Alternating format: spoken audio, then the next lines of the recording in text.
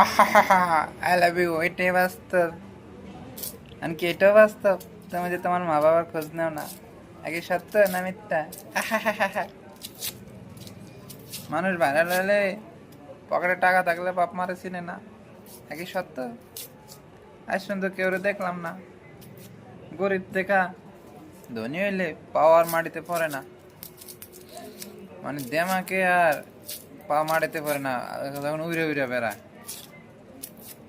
আজকে তো এনটিভির খবর দেখলাম, তুমি নাকি তোমার বাপ মারে চিনেই না, আর তুমি গরমের সহজ সরল অঙ্গি ভঙ্গি দিয়ে এত মানুষের মন জয় করা, দীর্ঘ 9 বছর পর সবল হইয়া এখন কি করতেছ?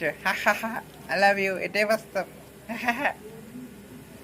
কি টাকা পয়সা হওয়ার পরে আমার মা ছিল না? তোমার বাপ মা যে এনটিভিতে যে নিউজ দিছে সেটা কি সত্য না তোমারটা সত্য? আবার তুমি নাকি বিয়ে কারণে একই হয় সত্য? তোমার অত পুরা দামরা বেটা, বিয়ে কারণে তোমার লাগে কিছু আছে? হ্যাঁ, আবার তোমার ভাবির নাকি তোমার স্ত্রী দাবি করে, এটা তোমার কথা? তুমি এত লুচ্ছ তাকে, ভাবির লাগে কি আসছো?